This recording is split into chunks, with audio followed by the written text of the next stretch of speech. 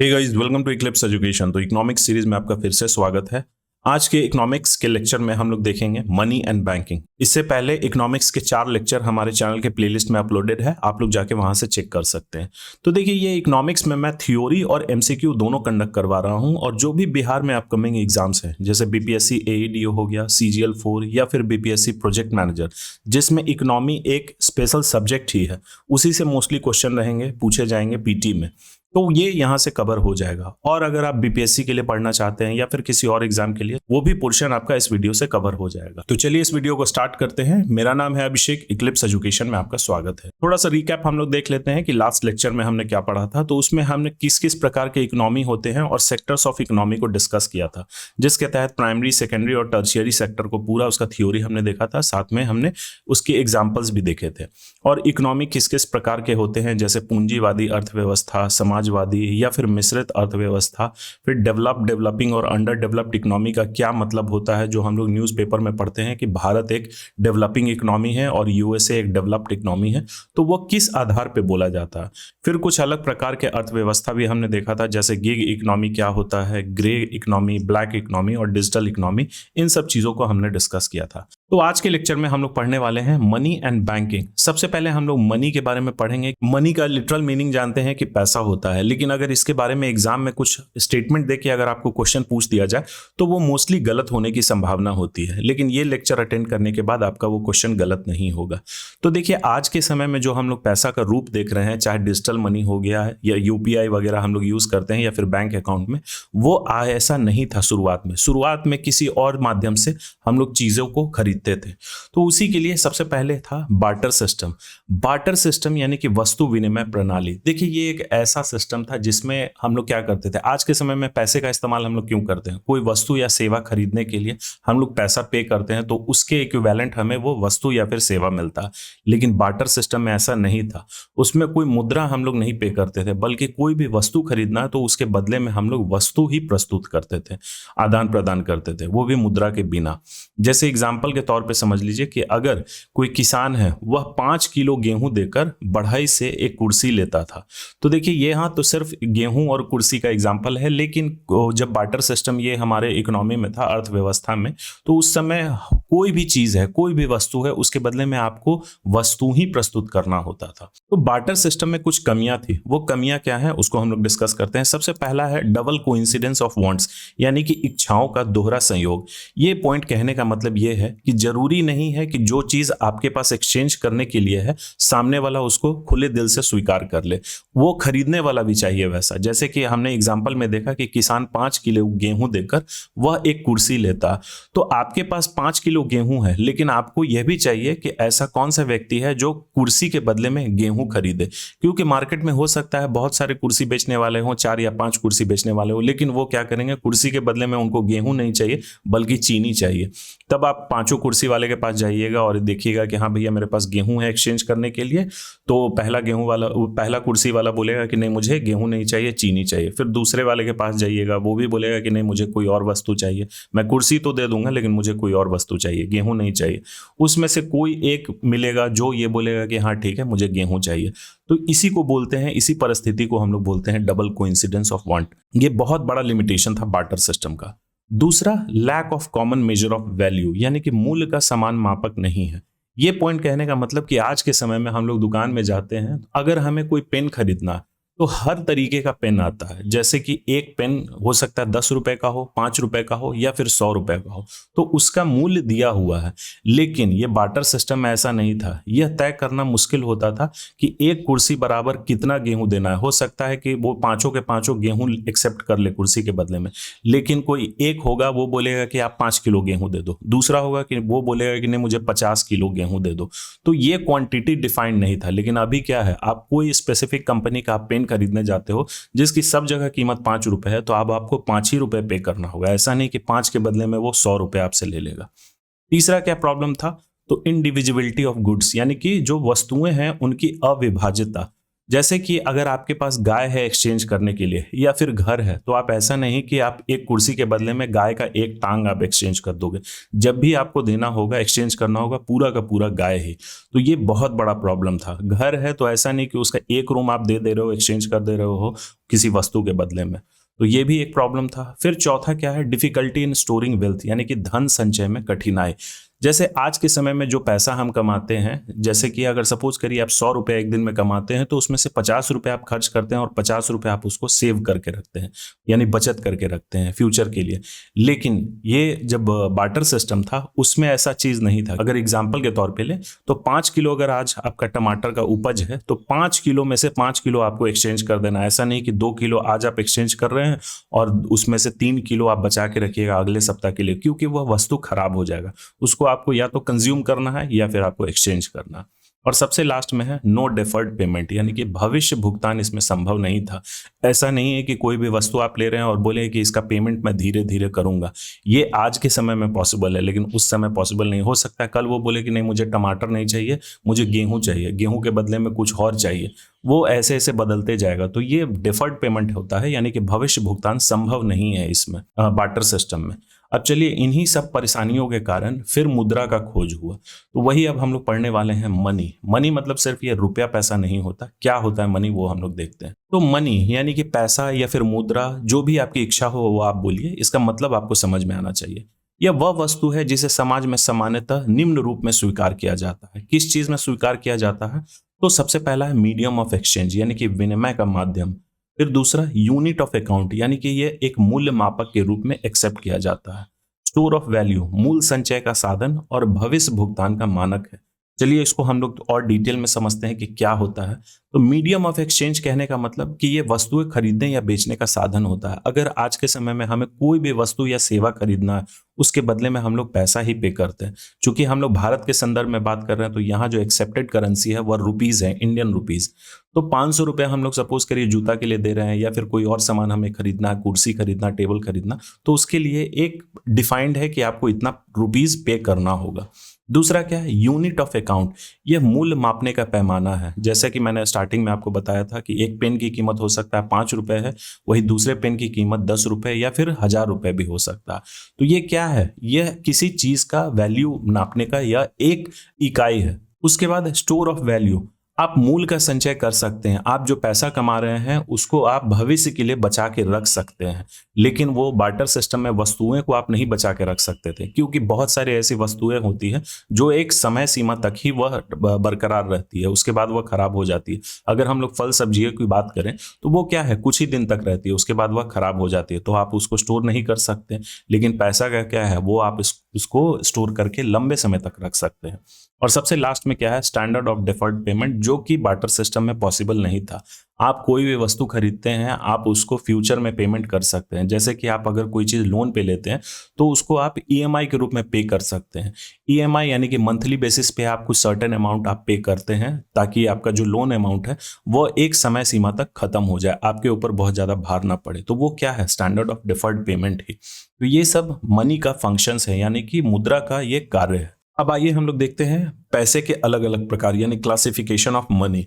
तो सबसे पहला है, देखिए ये स्टार्टिंग से हम लोग चलेंगे एंशिएंट इंडिया से लेके मॉडर्न इंडिया तक। सबसे पहले इस्तेमाल होता था कमोडिटी मनी, यानी कि वस्तु मुद्रा।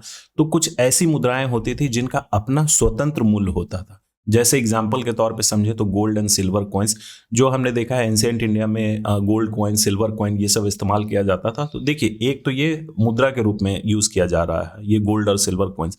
लेकिन वही अगर देखा जाए तो इनका अपना में भी कुछ वैल्यू था। लेकिन आज के समय में 5 रुपये, चाहे वो किसी भी मेटल का बने, उसका अपना कुछ मूल्य है।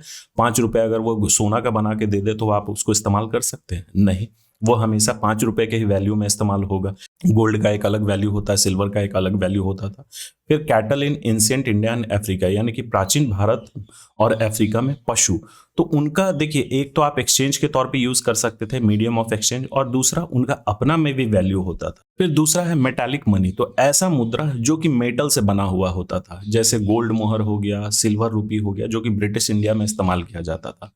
फिर तीसरा है पेपर मनी। तो ये जो भी नोट्स होते हैं जो हमारे सरकार या फिर किसी देश के सरकार या केंद्रीय बैंक द्वारा जारी किया जाता है, जैसे 10 रुपए का नोट, 100 रुपए, 500 रुपए का, डॉलर, पाउंड, ये सब पेपर मनी में काउंट होता है। फिर है रिप्रेजेंटेटिव मनी यानी कि प्रतिनिधि मुद्रा। तो ये एक ऐसा मनी होता है जो क्या किसी कमोडिटी पे, किसी वस्तु पर वह क्लेम रिप्रेजेंट करता है, प्रतिनिधित्व करता है। जैसे कि गोल्ड सर्टिफिकेट हो गया या फिर सिल्वर सर्टिफिकेट हो गया, वो क्या है, रिप्रेजेंटेटिव मनी है, किसी चीज को वह रिप्रेजेंट कर रहा है। जैसे कि पेपर गोल्ड के बारे में आपने सुना होगा। देखिए ये एक्चुअली क्या है, गोल्ड दो तरीके का होता है, एक फिजिकल गोल्ड, दूसरा होता है पेपर गोल्ड।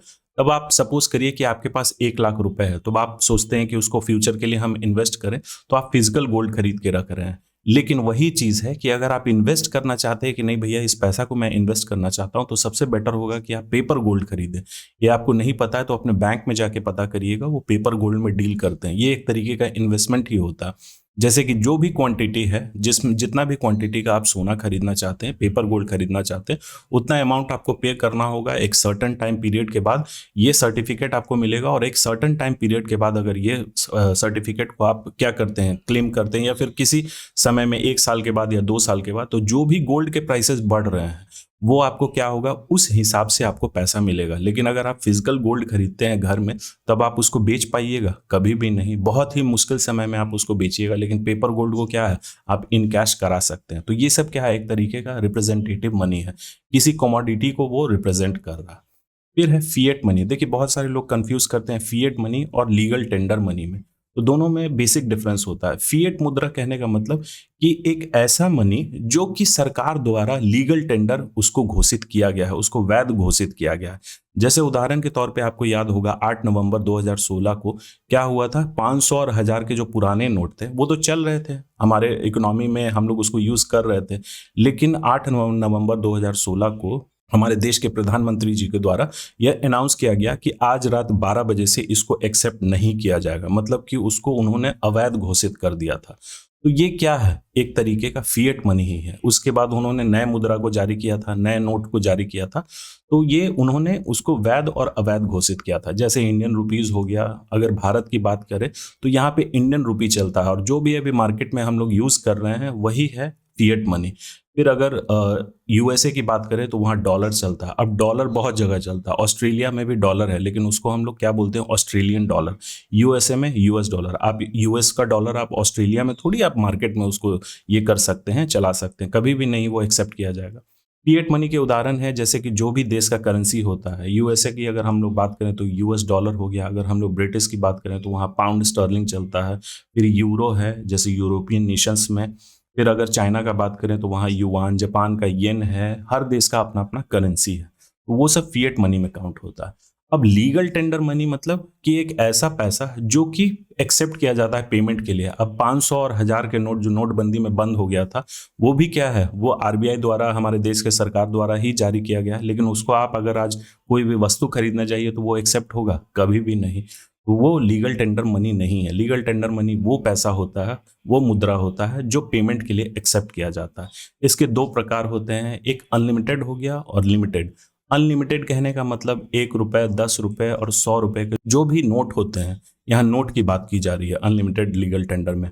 और लिमिटेड में मतलब कि वह सीमित मात्रा में है, कॉइन्स। तो कॉइन्स हमारे इकोनॉमी में बहुत ज्यादा नहीं है, सिक्के।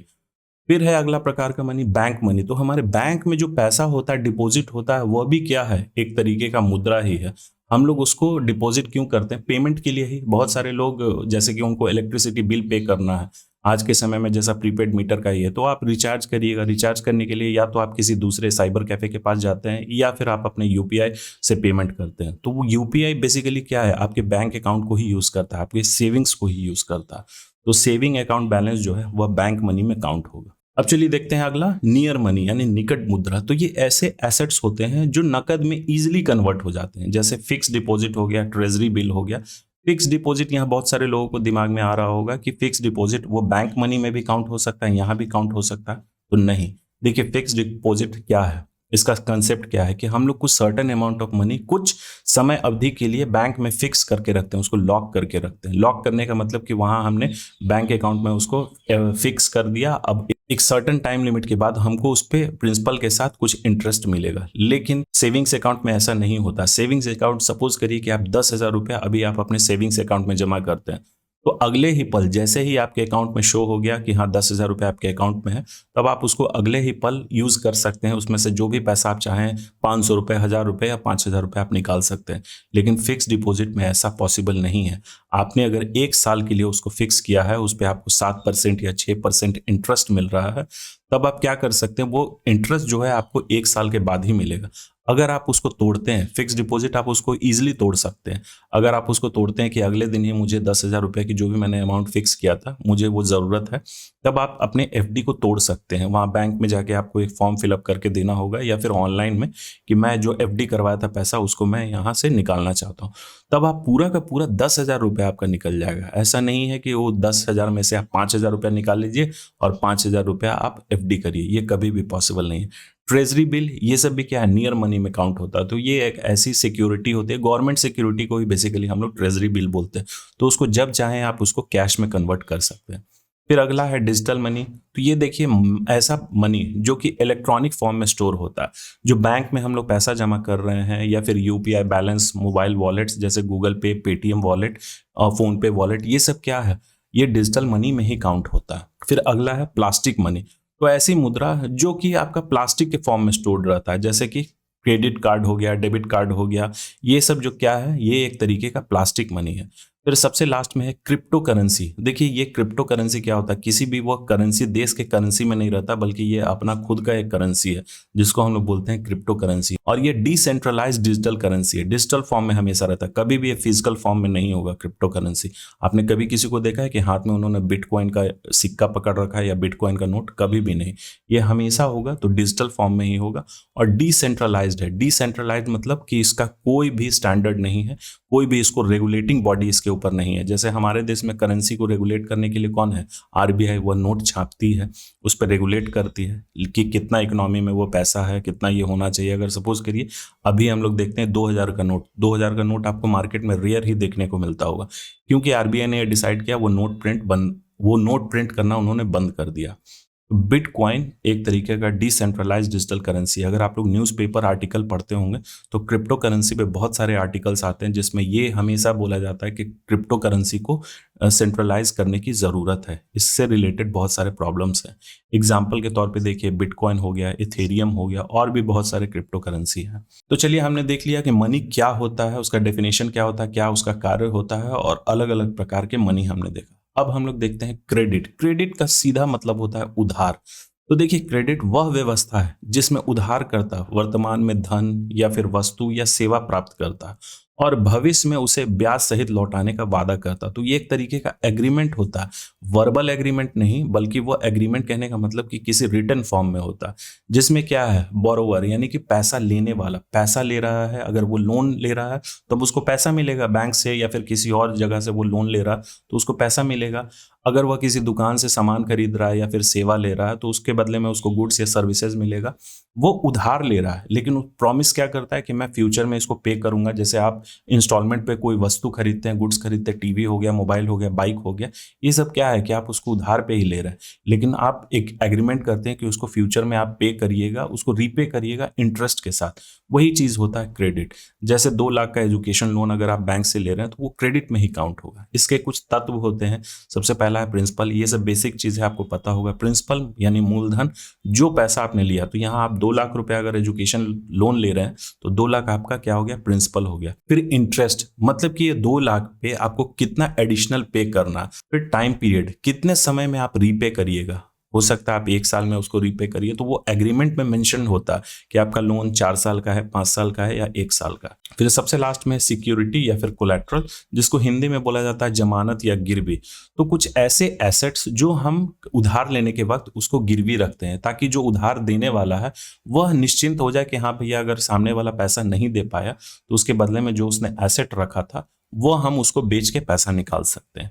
अब चलिए देखते हैं अलग अलग प्रकार के क्रेडिट होते हैं, जैसे कि सबसे पहला हो गया स्रोत के आधार पर, यानी कि कहाँ से वो हमें मिल रहा।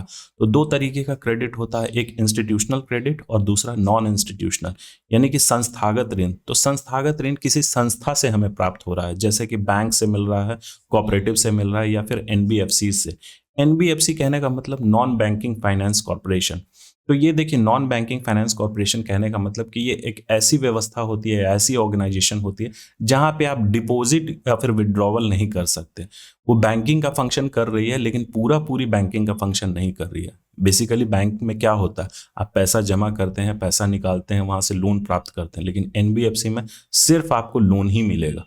जैसे बैंक लोन हो गया, किसान क्रेडिट कार्ड, ये सब क्या है, एक तरीके का इंस्टीट्यूशनल क्रेडिट है। दूसरा नॉन इंस्टीट्यूशनल क्रेडिट कहने का मतलब कि असंस्थागत ऋण। तो सिर्फ पैसा आपको बैंक से ही थोड़ी मिलता, आपको मनी लेंडर्स यानी साहूकारों से भी आपको पैसा मिलता है, लोन मिलता है, रिलेटिव से भी उधार ही आप लेते हैं, लेकिन उसको क्या कर रहे हैं आप, कुछ इंटरेस्ट के साथ एक समय के बाद आप पे करते हैं। ट्रेडर्स मतलब बिजनेसमैन, जैसे कि आपको अगर मोबाइल लेना है या फिर बाइक लेना है, तो वो क्या है, आप ट्रेडर से ही ना लीजिएगा। फिर दूसरा टाइप का क्रेडिट क्या है, तो उद्देश्य के आधार पर जो आप पैसा उधार ले रहे हैं उसका उद्देश्य क्या है। तो पहला है कंजम्पशन क्रेडिट, क्या आप वो पैसा उपभोग के लिए ले रहे हैं, फॉर डेली नीड्स, मतलब दाल चावल रोटी सब्जी खरीदने के लिए आप नहीं ले रहे हैं। जैसे पर्सनल लोन में बहुत सारे चीज आ गए हैं, आपको हो सकता है कि गाड़ी खरीदना है, मोबाइल खरीदना, तो ये सब पर्सनल लोन में काउंट होता है।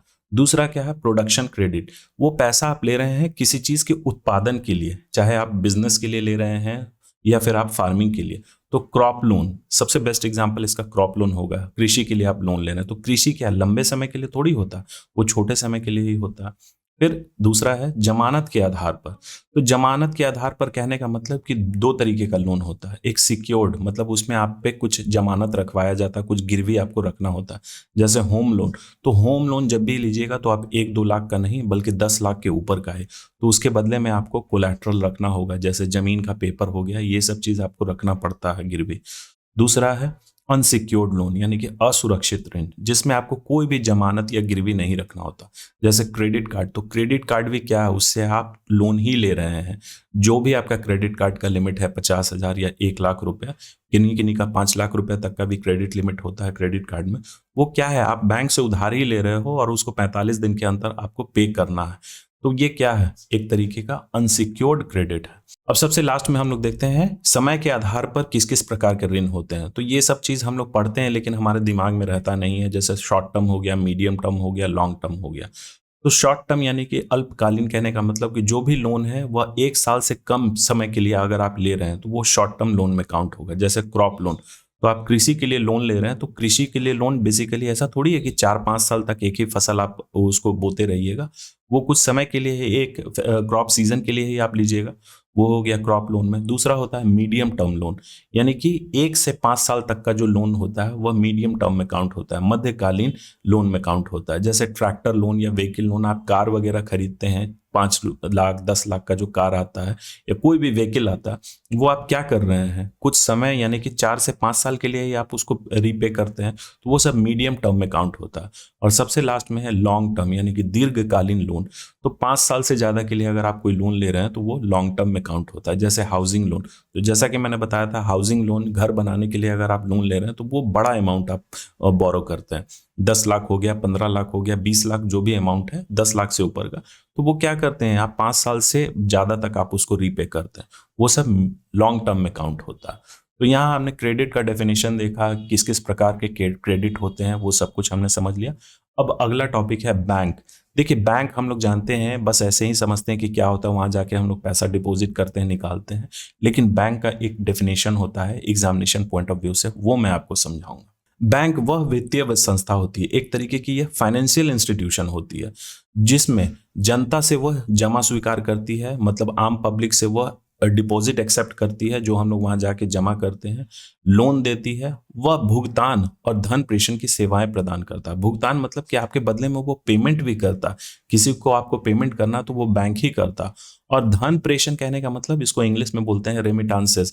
अगर आपके फैमिली मेंबर किसी दूसरे जगह जाके पैसा कमा रहे हैं तो वो आपका बैंक ही उसके बदले में या तो उनको पैसा भेजेगा या उनसे पैसा रिसीव करेगा। वो आपके बैंक में ही ना पैसा ट्रांसफर करेंगे। तो यहाँ हमने समझा कि बैंक का डेफिनेशन क्या होता है। अगर आपसे एग्जाम में पूछा जाए कि बैंक क्या होता है और इस तरीके का क्वेश्चन है तो अब आप इजिली उसको सॉल्व कर दीजिएगा। अब हम लोग देखते हैं अलग अलग प्रकार के बैंक। तो बेसिकली दो प्रकार के होते हैं, एक कमर्शियल यानी वाणिज्यिक बैंक और दूसरा होता है सेंट्रल बैंक यानी केंद्रीय बैंक। सबसे पहले हम लोग कमर्शियल बैंक को समझ लेते हैं, उसके बाद हम लोग सेंट्रल बैंक देखेंगे। तो कमर्शियल बैंक, जिसको हिंदी में हम लोग बोलते हैं वाणिज्यिक बैंक, तो यह ऐसा बैंक होता है जिसमें आम जनता से लेन देन करते हैं और समान बैंकिंग सेवाएं प्रदान करते हैं। हम लोग आम जनता हो गए तो हम लोग क्या करते हैं, हमें अगर बैंकिंग सर्विसेज का इस्तेमाल करना है तो हम लोग आरबीआई थोड़ी यूज करेंगे, आरबीआई में जाके हमारा अकाउंट थोड़ी ओपन हो जाएगा। वहां ना तो हम पैसा जमा कर सकते हैं ना ही हमें वहां से लोन मिलेगा। तो हम लोग कहाँ जाएंगे, एसबीआई में, एचडीएफसी में, आईसीआईसी में, पीएनबी में, या फिर अलग प्रकार के कुछ बैंक होते हैं, रीजनल रूरल बैंक, फिर आपका कोऑपरेटिव बैंक हो गया। ये सब क्या है, वाणिज्यिक बैंक में ही काउंट होते हैं। तो ये आम जनता के लिए होते हैं। अब इसके क्या क्या कार्य होते हैं कमर्शियल बैंक के, तो सबसे पहला ये जमा स्वीकार करता है, जैसे सेविंग्स अकाउंट हो गया, फिर करेंट अकाउंट। अब सेविंग्स अकाउंट हो गया सभी के लिए, लेकिन करेंट अकाउंट हमेशा होता है तो बिजनेस यूनिट के लिए। फिक्स डिपॉजिट क्या हो गया, कुछ पैसा हम लोग एक समय अवधि के लिए जमा करते हैं, उसके बदले में हमें इंटरेस्ट मिलता है। और रिकरिंग डिपॉजिट क्या है, तो ये देखिए एक तरीके का सिस्टम ही है डिपॉजिट करने का, जैसे कि ये आपको बांध देता है कि आप पर डे बेसिस पे कुछ अमाउंट आप जमा कर रहे हैं। जैसे 10,000 रुपये का आप रिकरिंग डिपॉजिट, तो 10,000 रुपये आप एक बार में ना जमा करके उसको आप पर डे बेसिस पे या वीकली बेसिस पे या मंथली बेसिस पे आप उसको जमा करते हैं, उसके बदले में आपको इंटरेस्ट मिलता है। फिर दूसरा कार्य क्या है कमर्शियल बैंक का, तो ये ऋण देता है, personal loan, home loan, education loan, ये सब तरीके का लोन प्रोवाइड करता है।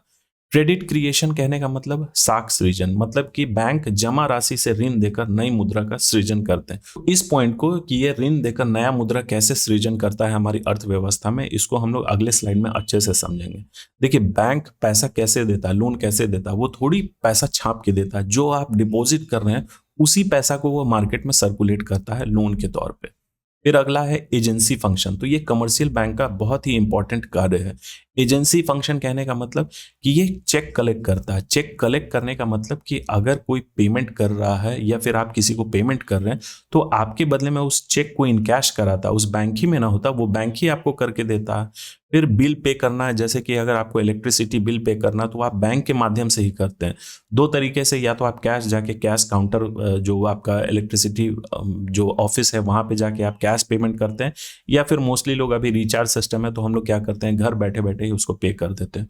तो आपके बदले में कौन, बैंक ही तो पे कर रहा है। बाइंग और सेलिंग सिक्योरिटीज, जो भी स्टॉक हो गया या फिर प्रतिभूति हो गया, वो खरीद बिक्री आपके बदले में बैंक ही करता है, वो आपके परमिशन से ही, लेकिन वो रिप्रेजेंट करता है, उसको खरीद बिक्री वही करता है।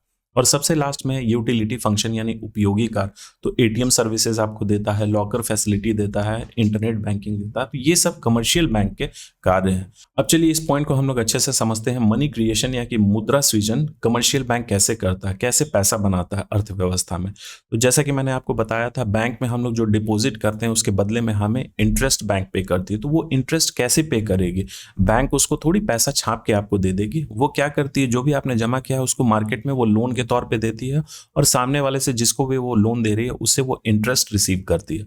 तो वही इंटरेस्ट उसका प्रॉफिट हो गया और उस प्रॉफिट में से अपना हिस्सा काट के आपको देती है। जैसे सपोज करिए कि 100 रुपए है, तो 100 के 100 रुपए वह मार्केट में लोन के तौर पे नहीं दे सकती। इसका कुछ सर्टन परसेंटेज उसको अपने पास रिजर्व रखना है।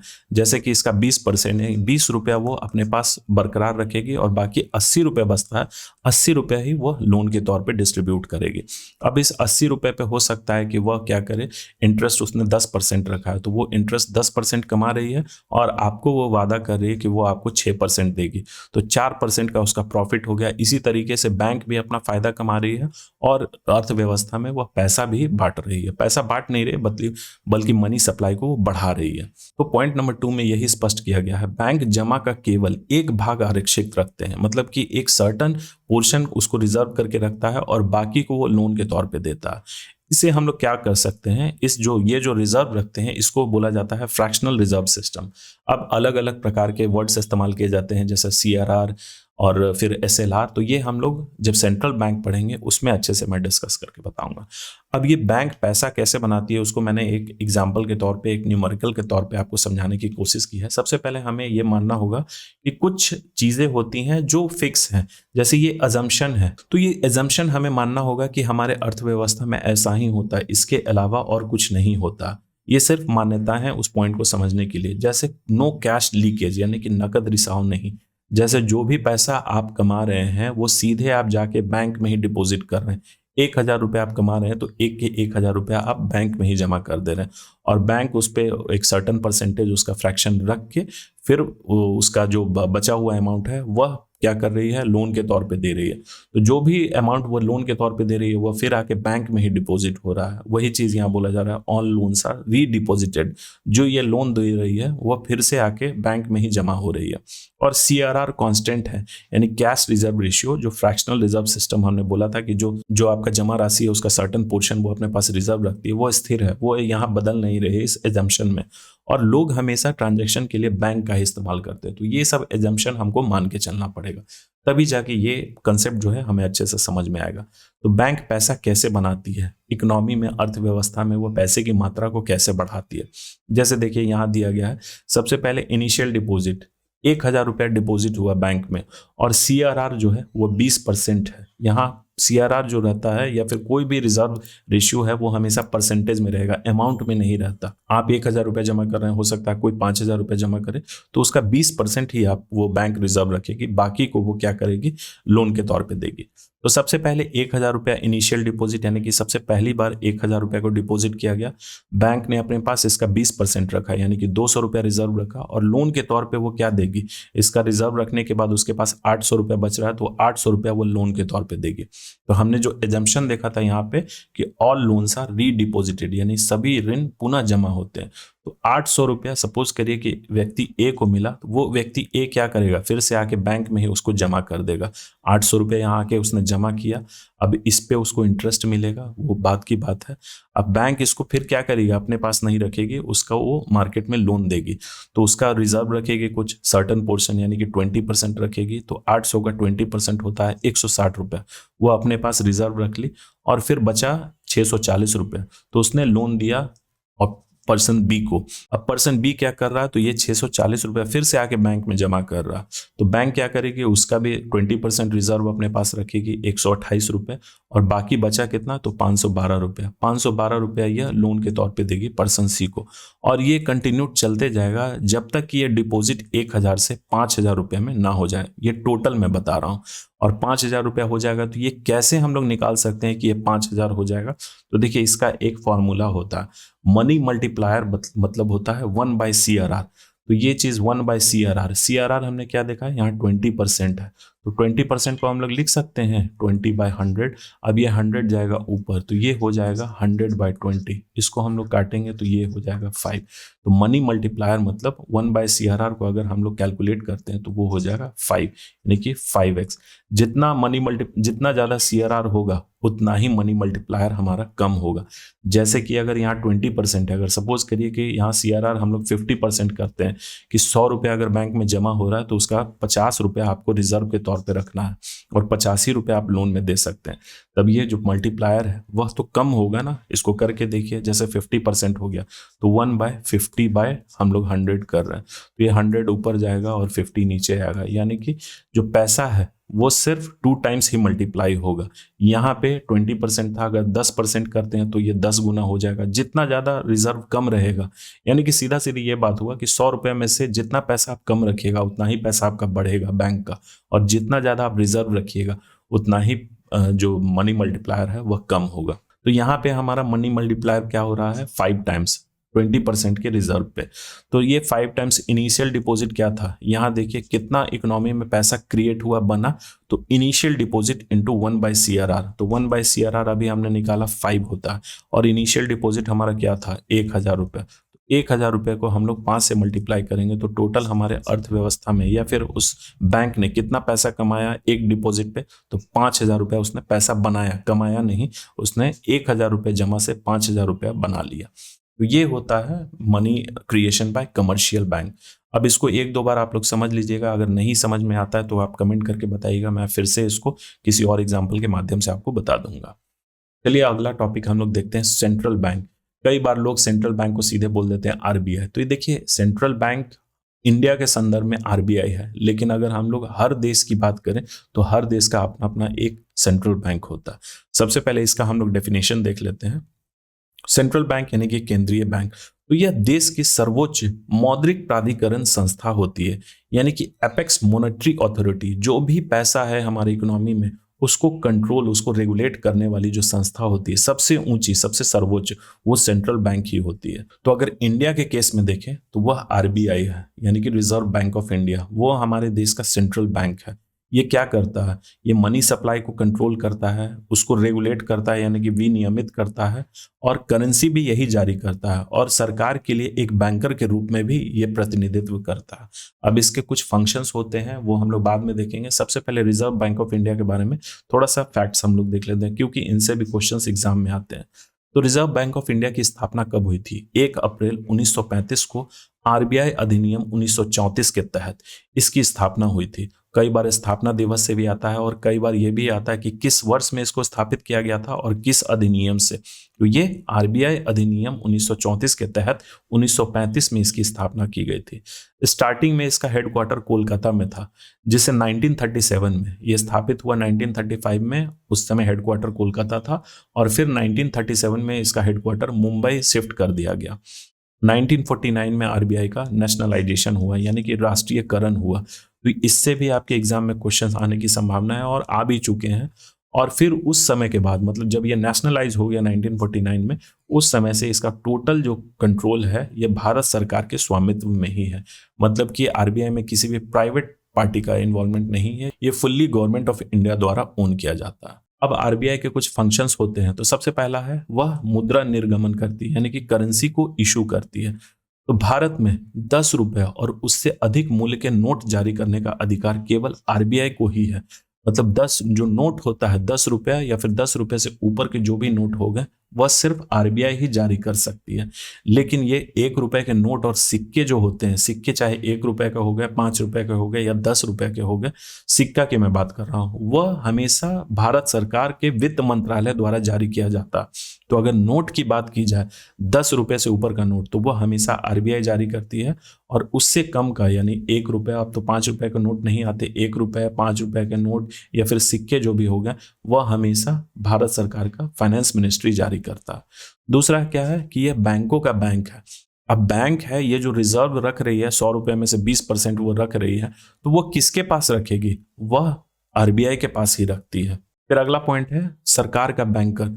चाहे वह सरकार केंद्र सरकार की हो गई या फिर राज्य सरकार की, उसके जो अकाउंट्स होते हैं वह आरबीआई के ही पास होता है। वो उसके एवज में क्या करता है? पैसा रिसीव भी करता है और पैसा पेमेंट भी आरबीआई ही करता है। अगला है कस्टोडियन ऑफ फॉरेन एक्सचेंज। जो विदेशी मुद्रा होता है उसका संरक्षक आरबीआई ही होता है। जो हम सुनते हैं डॉलर हो गया या पाउंड हो गया, जो भी करेंसी हो गया फॉरेन एक्सचेंज, वो किसके पास जमा रहता है? वो आरबीआई के पास ही। उसका जो भी कंट्रोल है मेंटेन करना, वो सब आरबीआई ही करता है कि हमारे देश में डॉलर की मात्रा घट रही है या बढ़ रही है, ये सब चीज़ आरबीआई के ही हाथ में रहता है। और सबसे लास्ट में है कंट्रोलर ऑफ क्रेडिट, यानी कि ऋण नियंत्रक। तो इसको हम लोग अगले पॉइंट में अच्छे से डिस्कस करेंगे कि कैसे क्रेडिट को आरबीआई कंट्रोल करती है। जो ये मार्केट में लोन के इंटरेस्ट रेट कम और ज़्यादा होते हैं, वह सब कुछ आरबीआई ही डिसाइड करती है। तो आरबीआई मौद्रिक नीति उपकरणों का, यानी कि मॉनेटरी पॉलिसी टूल्स के जरिए इन सब चीज़ों को कंट्रोल करती है। अब ये मॉनेटरी पॉलिसी क्या होता है? तो देखिए, आरबीआई क्या है, एक साल में 6 बार, ये भी क्वेश्चन एग्जाम में आ चुका है कि मॉनेटरी पॉलिसी एक साल में कितनी बार होता है? तो 6 टाइम्स होता है। यानी कि हर 2 महीना पे आरबीआई में अपनी मीटिंग करती है, मॉनेटरी पॉलिसी कमेटी के द्वारा उनकी बैठक होती है, और उसमें वो लोग ये विचार विमर्श करते हैं कि मार्केट में कितना पैसा है, तो अगर महंगाई है तो उस महंगाई को हमें कैसे कंट्रोल करना है, इंटरेस्ट रेट ज़्यादा है तो उसको कम करने की ज़रूरत है या नहीं है, ये सब कुछ उस मॉनेटरी पॉलिसी मीटिंग में ही डिसाइड किया जाता है। तो चलिए ये पॉइंट को हम लोग थोड़ा डिटेल में डिस्कशन करते हैं कि आरबीआई क्रेडिट को कैसे कंट्रोल करती है। तो कुछ इंस्ट्रूमेंट का, कुछ उपकरण का ये इस्तेमाल करती है। बेसिकली दो टाइप के उपकरण होते हैं, एक होता है क्वांटिटेटिव और दूसरा होता है क्वालिटेटिव। देखिए क्वांटिटेटिव इंस्ट्रूमेंट का इस्तेमाल करने से क्या होता है, यह अर्थव्यवस्था में कुल ऋण की मात्रा को प्रभावित करता है, मतलब ये टोटल नंबर को प्रभावित करता है, इफेक्ट करता है। लेकिन वही क्वालिटेटिव की बात की जाए तो ये क्या करता है, विशेष क्षेत्रों को प्रभावित करता है, मतलब कि किस क्षेत्र में वो पैसा ज्यादा होना चाहिए, वह क्वालिटेटिव इंस्ट्रूमेंट का इस्तेमाल करके ये सब चीज डिसाइड होता है। तो एक एक करके इनको डिटेल में हम लोग पढ़ते हैं। सबसे पहला हम लोग देते हैं क्वांटिटेटिव इंस्ट्रूमेंट। उसमें सबसे पहला है बैंक रेट। बैंक रेट यानी कि बैंक दर। बहुत सारे लोग कंफ्यूज करते हैं बैंक रेट में, रेपो रेट में। तो देखिए यहाँ सारा कंफ्यूजन मैं दूर कर दूंगा। बैंक रेट एक ऐसी दर होती है जिसमें आरबीआई क्या है, कमर्शियल बैंकों को पैसा देती है, मतलब वो इससे इंटरेस्ट चार्ज करती है। और ये क्या है, लॉन्ग टर्म के लिए यानी लंबे समय अवधि के लिए बैंकों को पैसा देती है और कोलेट्रल फ्री, उसके बदले में किसी तरीके का कोई डिपॉजिट जमानत नहीं करवाती है बैंक से। जैसे कि बैंक रेट अगर बढ़ता है तो लोन क्या है, महंगा होता है और क्रेडिट रिड्यूसेज। अगर लोन महंगा हो जाएगा, इंटरेस्ट रेट अगर ज़्यादा लगने लगेगा, 10% के बजाय अगर आपको किसी लोन पे 12% पे करना है, तब आप लोन लीजिएगा, नहीं लीजिएगा। अब अगला क्वांटिटेटिव इंस्ट्रूमेंट है रेपो रेट और रिवर्स रेपो रेट। तो देखिए इसको एक इमेज से समझने की कोशिश करिए। ये आरबीआई है, कमर्शियल बैंक है। सबसे पहले आरबीआई ने कमर्शियल बैंक को पैसा दिया बैंक रेट के जरिए, तो उसमें उन्होंने क्या किया, लंबे समय के लिए दिया और उसमें उन्होंने कुछ भी गिरवी नहीं रखवाया बैंक से। लेकिन एक ऐसी परिस्थिति होती है जहां पे कमर्शियल बैंक को छोटे समय के लिए, कम अवधि के लिए पैसा चाहिए, तो उसके बदले में क्या करती है आरबीआई, उनको छोटे समय के लिए पैसा देती है, शॉर्ट टर्म के लिए, लेकिन उसके बदले में उनसे कुछ सिक्योरिटी के तौर पर रखवाती है। तो रेपो रेट वही होता है, एक ऐसा रेट जिसमें आरबीआई कमर्शियल बैंक को शॉर्ट टर्म मनी देती है और उसके बदले में गवर्नमेंट सिक्योरिटीज यानी कि सरकारी प्रतिभूतियों के बदले में यह लोन प्रोवाइड करती है। तो जितना ज्यादा रेपो रेट होगा उतना ज्यादा लोन महंगा होगा, तो जितना ज्यादा रेपो रेट होगा उतना ज्यादा लोन महंगा होगा। अब आरबीआई कुछ पैसा को चार्ज कर रही है, सपोज करिए कि बैंक को पैसा क्यों चाहिए, बेसिकली वह लोन देने के लिए ही उसको चाहिए, तो वह आरबीआई से ले रही है। अगर ये आरबीआई उसको 10% ही चार्ज कर रही है उस पर, तो बैंक क्या करेगी, उस पर उसको प्रॉफिट कमाना है, वह 12% आम जनता को चार्ज करेगी। और ये जैसे जैसे बढ़ते जाएगा, लोन महंगा होते जाएगा, इंटरेस्ट रेट बढ़ते जाएगा, तो क्या लोग पैसा लेंगे। अब रिवर्स रेपो रेट क्या होता है, जैसा कि यहाँ नाम लिखा हुआ है रिवर्स, तो आरबीआई को भी तो पैसे की जरूरत पड़ती है, क्योंकि ये भी सरकार का बैंकर है, इसको भी दूसरे बैंक को पैसा देना होता है, तो इसको भी पैसे की जरूरत है। तो ये क्या करती है, ये भी बैंक से, कमर्शियल बैंक से पैसा लेती है, लोन लेती है। तो जब कमर्शियल बैंक से आरबीआई पैसा ले रही है तो वह किस रेट पे लेगी, रिवर्स रेपो रेट पे। इसमें क्या है, कमर्शियल बैंक एक सर्टन इंटरेस्ट रेट पे आरबीआई को पेमेंट करती है, मतलब उनको पैसा उधार देती है, लोन देती है। तो ये हो गया रेपो रेट और रिवर्स रेपो रेट। अब अगला है ये सब रिजर्व रेशियो। दो तरीके का रिजर्व रेशियो होता है, सीआरआर यानी कि कैश रिजर्व रेशियो, और दूसरा होता है एसएलआर यानी कि स्टैट्यूटरी लिक्विड रेशियो। इन दोनों में क्या डिफरेंस होता है वो हम लोग समझते हैं। तो बैंकों को अपनी जमा राशि का एक निश्चित प्रतिशत आरबीआई के पास रखना होता है। जैसे कि सपोज करिए कि 100 रुपए है, 100 रुपए में सबसे पहले उसको क्या करना है, 20% उसको अपने पास रिजर्व रखना है बैंक को। तो 100 रुपए का 20% होता है 20 रुपए। तो क्या 20 रुपए पूरा का पूरा बैंक अपने पास रखेगी, नहीं, 20 रुपए में से वह दो पार्ट में बांटेगी। 10 रुपया उसको आरबीआई के पास रखना होगा और 10 रुपया वह अपने पास रखेगी। क्योंकि क्या है कि ये कस्टमर, जैसे आप अगर 100 रुपया जमा कर रहे हैं तो हो सकता है आपको कल या अगले पल ही वो पैसा निकालने की जरूरत है, तो वो पैसा अगर पूरी आरबीआई के पास जमा कर देगी तो वो पैसा कहाँ से निकल पाएगा। तुरंत आप एटीएम से विड्रॉवल करते हैं या फिर आप ऑनलाइन पेमेंट करते हैं तो वो तुरंत फ्लक्चुएट करता है, मतलब वो तुरंत शो हो जाता है। लेकिन अगर वो पूरा पैसा आरबीआई के पास रख देगी तो ये हो पाएगा, नहीं। तो इसीलिए वो certain amount of money RBI के पास रखती है और अपने पास भी रखती है। तो जो पैसा वो आरबीआई के पास रख रही है उसको हम लोग बोलते हैं कैश रिजर्व रेशियो, और दूसरा जो पैसा अपने पास वो रखती है उसको हम लोग बोलते हैं स्टैट्यूटरी लिक्विड रेशियो। तो ये जमा राशि का वह भाग होता है वह जिसे सोने और सरकारी प्रतिभूतियों में रखना चाहते हैं। तो ये क्या है, कैश के फॉर्म में नहीं रखती अपने पास, वो गवर्नमेंट सिक्योरिटीज हो गया या फिर गोल्ड के तौर पे वह अपने पास रखती है, जिसको बोला जाता है कि स्टैट्यूटरी लिक्विडिटी रेशियो। वो तुरंत लिक्विड में कन्वर्ट हो जाता है, तुरंत कैश में वो कन्वर्ट हो जाता है। तो चलिए यहाँ हमारा क्वांटिटेटिव इंस्ट्रूमेंट जो कि सेंट्रल बैंक यूज करती है क्रेडिट कंट्रोल करने के लिए, उसको हमने डिस्कस कर दिया।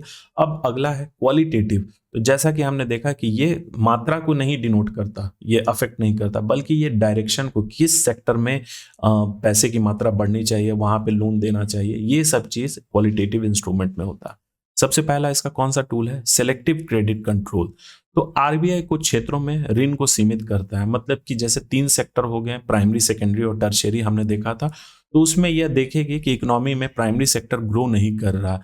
क्यों भैया? क्योंकि वहाँ पे लोग इन्वेस्ट नहीं कर रहे हैं। तो ये बैंकों को निर्देश देगी, कमर्शियल बैंकों को, कि आप क्या करिए कि प्राइमरी सेक्टर का जो लोन रहता है उसको आप सस्ता कर दीजिए, उस पर इंटरेस्ट रेट आप कम कर दीजिए। मैं भी आपको कम रेट में जो भी पैसे की जरूरत है उसमें मैं कम इंटरेस्ट रेट चार्ज करूंगा, तभी तो कमर्शियल बैंक भी कम इंटरेस्ट रेट चार्ज करेगी। तो ये क्या है? किसी एक सेक्टर को बढ़ाने या घटाने की। और इंडस्ट्री सेक्टर बहुत ज़्यादा ये बूम कर रहा है या फिर सर्विस सेक्टर बहुत ज़्यादा बूम कर रहा है, तो उसमें क्या है, थोड़ा सा आप क्या करिए, उसमें इंटरेस्ट रेट महंगा कर दीजिए, लोन को महंगा कर दीजिए। तो वहाँ पे क्या है, स्पेंडिंग वहाँ पे ना होके प्राइमरी सेक्टर में बढ़ जाएगा। ये सेलेक्टिव क्रेडिट कंट्रोल है। इसको और एक और तरीके से किया जाता है, जैसे कि आपका मार्जिन रिक्वायरमेंट्स। अब देखिए, सेलेक्टिव क्रेडिट कंट्रोल और क्रेडिट राशनिंग जो है, ये सुनने में थोड़ा सा सिमिलर लगता है, लेकिन इनमें एक थोड़ा सा डिफरेंस है। वो बाद में मैं बताऊंगा जब इस क्रेडिट राशनिंग को मैं पढ़ा देता हूँ। अब सेलेक्टिव क्रेडिट कंट्रोल को एक और तरीके से कंट्रोल किया जाता है, मार्जिन रिक्वायरमेंट के बेसिस पे। मार्जिन रिक्वायरमेंट क्या होता है? सपोज करिए कि आपको 1 लाख का लोन लेना है, तो उसके बदले में आपको 1 लाख तक का आपको क्या करना होगा, कुछ कोलेट्रल रखना होगा, कुछ जमानत रखना होगा। तो उस पे कितना मार्जिन आरबीआई अपने पास रखती है? जैसे 1 लाख का आप अगर एसेट रखते हैं तो उस पे क्या है, वो बोलेगी कि ये 1 लाख का वैल्यूएशन नहीं है, इसका वैल्यूएशन हम लगाएंगे 40,000, 60,000 रुपये, 60K, 1,000 के बदले, 1 लाख के बदले में। तो 60,000 रुपये ही बस आपको पे करेगी, और उस पर वो मार्जिन कितना रख रही है, तो 40,000 रुपये। अब इसको वो क्या करेगी, प्राइमरी सेक्टर के लोन के लिए ये क्या करेगी, उसको बोलेगी कि मार्जिन जो है हम कम कर देते हैं, हम 20,000 रुपये इसमें काटेंगे, और 80,000 रुपये का आपका वैल्यूएशन है। तो 80,000 रुपये आपको सेम एसेट पे आपको लोन मिल रहा है प्राइमरी सेक्टर में। लेकिन वही अगर आप टर्शियरी सेक्टर में है या फिर सेकेंडरी सेक्टर में, तो वहाँ पे मार्जिन रिक्वायरमेंट बढ़ जाएगा।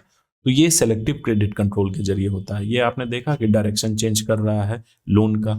फिर दूसरा है मॉरल सुएशन। मॉरल सुएशन मतलब ये आरबीआई जो है, सेंट्रल बैंक कमर्शियल बैंक को नैतिक दबाव देती है। दबाव कहने का मतलब ये नहीं है, वो उसको मानती है, ये सजेशन देती है कि आरबीआई बैठकों और सलाह के माध्यम से बैंकों को प्रभावित करती है कि देखिए, आपको ये इस सेक्टर में लोन देना चाहिए। जैसा कि आप देखते हैं कि आपको सुनने को मिलता है कि लोन सस्ता हो गया और इस क्षेत्र में लोन दिए जा रहे हैं। तो ये सब क्या है, मॉरल सुएशन। वो बैंकों को बस सलाह देती है इसमें। तीसरा है क्रेडिट राशनिंग। ये क्या करती है, ऋण की अधिकतम सीमा तय करती है। यहाँ पे उन्होंने क्या किया कि ये मार्जिन रिक्वायरमेंट के जरिए किसी सेक्टर को ये कर दिया कि उस सेक्टर में है इतना आपको ये करना है, मार्जिन रखना है और उसको बढ़ाना है। लेकिन यहाँ पे क्या है, क्रेडिट राशनिंग में वो क्या कर रहे हैं कि इस सेक्टर में इससे ज़्यादा अमाउंट का लोन नहीं मिलना चाहिए। जैसे टर्शियरी सेक्टर बूम कर रहा है, तो वो बोलेंगे कि इसमें 20 लाख से ज़्यादा का लोन किसी को नहीं देना। लेकिन वही अगर वो बोलें कि प्राइमरी सेक्टर को हमें बढ़ाना है, तो वहाँ 1 करोड़ तक का भी अगर लोन आता है, तो लोन की रिक्वायरमेंट है, तो उसमें आप दे सकते हैं। लेकिन टर्शियरी सेक्टर यानी कि सर्विस सेक्टर में आप 20 लाख से ऊपर का लोन नहीं दे सकते हैं। ये होता है क्रेडिट राशनिंग में। इन दोनों में, सेलेक्टिव क्रेडिट कंट्रोल और क्रेडिट राशनिंग में बेसिक डिफरेंस यही होता है। तो चलिए, यहाँ हमने पूरा चीज़ पढ़ लिया कि मनी क्या होता है, बार्टर सिस्टम से मनी पे हम लोग कैसे आए, एक मॉडर्न फॉर्म ऑफ करेंसी पे कैसे आए, अलग अलग प्रकार के हमने मनी के रूप देखे हैं, जैसे digital money, paper money, fiat money, legal tender money, ये सब हमने समझा। फिर बैंक क्या होता है, क्रेडिट क्या होता है, बैंक, कमर्शियल बैंक और सेंट्रल बैंक, उसके बारे में हमने फंक्शंस देखा। और कमर्शियल बैंक पैसा कैसे बनाती है, एक न्यूमेरिकल के जरिए भी हमने समझा। अब इस पे बेस्ड कुछ एमसीक्यू हम लोग डिस्कस कर लेते हैं, ताकि आपका जो कंसेप्ट है पूरी तरीके से क्लियर हो जाए। तो सबसे पहला क्वेश्चन है, बार्टर सिस्टम का अर्थ क्या है? तो इसका आंसर होगा ऑप्शन ए, यानी कि वस्तुओं का वस्तुओं से आदान प्रदान। इसके बदले में हम लोग, वस्तु के बदले में हम लोग वस्तु को ही एक्सचेंज करते हैं, पैसा से हम लोग उस चीज को नहीं खरीदते हैं। बार्टर सिस्टम बेसिकली यही था ना। दूसरा क्या है, major limitation of barter system. ये बार्टर सिस्टम का प्रमुख ये सीमा क्या है, लिमिटेशन क्या है, जिसके कारण बहुत सारी कठिनाई होती थी? तो इसका राइट आंसर होगा ऑप्शन बी, यानी कि डबल कोइंसिडेंस ऑफ वांट। ये बार्टर सिस्टम का बहुत ही बड़ा लिमिटेशन है। सबसे मेजर लिमिटेशन को अगर बोला जाए तो यही है, डबल कोइंसिडेंस ऑफ वांट। तीसरा क्वेश्चन है, बार्टर सिस्टम में किस चीज की कमी थी? तो इसका राइट आंसर होगा ऑप्शन सी, यानी कि यह विनिमय का इसमें कोई माध्यम नहीं था। और दूसरा कि स्टोर ऑफ वैल्यू, यानी कि मूल संचय। मूल संचय यानी कि हम लोग उसको स्टोर करके नहीं रख सकते, जैसे अभी हम लोग पैसा को फ्यूचर यूज के लिए सेव करके रखते हैं, लेकिन इसमें पॉसिबल नहीं था। और इसमें कोई मीडियम ऑफ एक्सचेंज नहीं था। इसमें हम लोग वस्तु के बदले वस्तु, तो कोई डिफाइन नहीं था। अभी जैसे डिफाइन है ना कि आपको कोई वस्तु या सेवा खरीदना, उसके बदले में आपको पैसा देना होगा। जिस तरीके का आप वस्तु खरीदते हैं उस हिसाब से आपको पैसा पे करना होगा, लेकिन बार्टर सिस्टम में तो ऐसा नहीं था। अगला क्या है, money is best defined as, money की परिभाषा यहाँ पूछी जा रही है। तो इसका राइट आंसर होगा ऑप्शन ए, कोई भी वस्तु जो विनिमय माध्यम हो, यानी कि कोई भी चीज जो मीडियम ऑफ एक्सचेंज हो उसको हम लोग मनी बोलते हैं। जिसमें हमने मनी के अलग अलग प्रकार देखे थे, fiat money, legal tender money. अब अगला क्वेश्चन है question number 5, which is not a function of money, यानी कि मनी का ये फंक्शन नहीं है। तो इसका राइट आंसर होगा ऑप्शन सी, यानी कि ये पैसा जो है ऋण सृजन नहीं करती, वो कौन करती है, बैंक करती है। अगला क्वेश्चन है, करेंसी मनी इंक्लूड्स, मुद्रा में क्या क्या शामिल होता है, नोट और कॉइन, चेक, फिक्स डिपॉजिट या फिर शेयर। तो इसका राइट आंसर होगा ऑप्शन ए, नोट और सिक्के वही करेंसी में काउंट होता है। अगला क्वेश्चन है क्वेश्चन नंबर 7, फिएट मनी का मतलब क्या होता है। तो इस कंसेप्ट को मैंने बहुत अच्छे तरीके से आपको समझाया था, फिएट मनी का मतलब क्या होता है। इसका राइट आंसर होगा ऑप्शन बी, सरकार के आदेश से जारी मुद्रा। जो भी करेंसी है, जो भी मनी है जो गवर्नमेंट ने अप्रूव किया है वह फिएट मनी होता है। अगला क्वेश्चन है question number 8, credit money refers to, यानी कि ऋण मुद्रा का अर्थ है। इसका राइट आंसर होगा ऑप्शन सी, चेक और बैंक जमा। तो चेक क्या है, एक तरीके का क्रेडिट मनी ही है, और बैंक जमा, बैंक डिपॉजिट, ये सब भी क्या है, क्रेडिट मनी ही है। वो क्या करती है, वो जो आपने पैसा दिया है उससे वो क्या कर रही है, साख सृजन कर रही है, यानी कि ऋण वो क्रिएट कर रही है। अगला क्वेश्चन है क्वेश्चन नंबर 9, क्रेडिट का अर्थ क्या होता है। क्रेडिट का अर्थ है ऑप्शन बी, यानी कि भविष्य में भुगतान। तो ऐसी चीज जो हम लोग भविष्य में भुगतान कर सकते हैं, जैसे क्रेडिट बेसिकली यही होता है ना, उधार। हम लोग वस्तु या सेवा अभी खरीद ले रहे हैं और उसको हम लोग प्रॉमिस कर रहे हैं कि हम लोग बाद में पेमेंट करेंगे। अगला क्वेश्चन है question number 10, which is a short term credit, अल्पकालीन ऋण कौन सा है। तो इसका राइट आंसर होगा ऑप्शन सी, क्रॉप लोन, यानी कि फसल ऋण जो है वह शॉर्ट टर्म है। हाउसिंग लोन ये तो लॉन्ग टर्म में आएगा, कार लोन ये मीडियम टर्म में होगा, एजुकेशन लोन ये भी मीडियम टर्म में ही होगा। अगला क्वेश्चन है question number 11, which function of money allows saving, यानी कि मनी का ऐसा कौन सा फंक्शन है जिसके कारण हम लोग सेविंग्स कर पाते हैं। तो इसका राइट आंसर होगा ऑप्शन बी, मूल संचय। चलिए अगला क्वेश्चन देखते हैं क्वेश्चन नंबर 12, और ये सीरीज का लास्ट क्वेश्चन है, which function is unique to RBI. तो क्वेश्चन बेसिकली पूछने का मतलब है कि ऐसा कौन सा कार्य है जो केवल आरबीआई करता है। तो इसका राइट आंसर होगा ऑप्शन बी, मुद्रा जारी करना। ये सिर्फ आरबीआई ही कर सकती है, बाकी और कोई भी कमर्शियल बैंक इसको या फिर कोई भी ऑर्गेनाइजेशन नहीं कर सकती। चलिए यहाँ कंप्लीट हो गया हमारा इकोनॉमिक्स का मनी एंड बैंकिंग से रिलेटेड थ्योरी, और साथ में हमने इससे रिलेटेड एमसीक्यू डिस्कस किया था। तो मैं उम्मीद करता हूँ कि आपका कंसेप्ट क्लियर हो गया होगा इकोनॉमिक्स में, जो कि मनी एंड बैंकिंग आज हमने पढ़ा। तो मिलते हैं अगले वीडियो में किसी नए टॉपिक के साथ। So thank you for watching, please subscribe, share और लाइक करना ना भूलें।